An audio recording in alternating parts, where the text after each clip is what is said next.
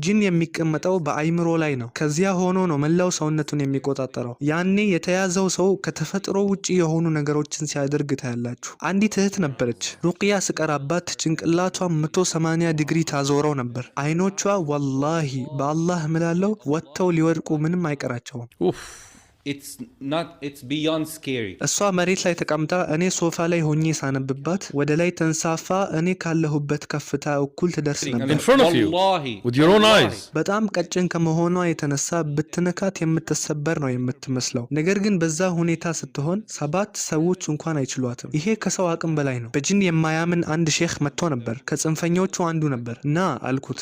እኔ እዛ ቁጭ ብዬ ሻይን እየጠጣው እሱ ማንበብ ጀመረ። እጁን የባሏ እጅ ላይ አድርጎ ነበር። ወደ ላይ መንሳፈፍ ጀመረች። እሱ መንቀጥቀጥ ጀመረ። ከዛ እኔን ዞሮ ያየኛል። እኔ ፈታ ብዬ ሻይን እየጠጣው ነው። አሁን አምኛለሁ፣ ግን ድጋሚ ሩቅያ ላይ አልገኝም ብሎ ነገረኝ።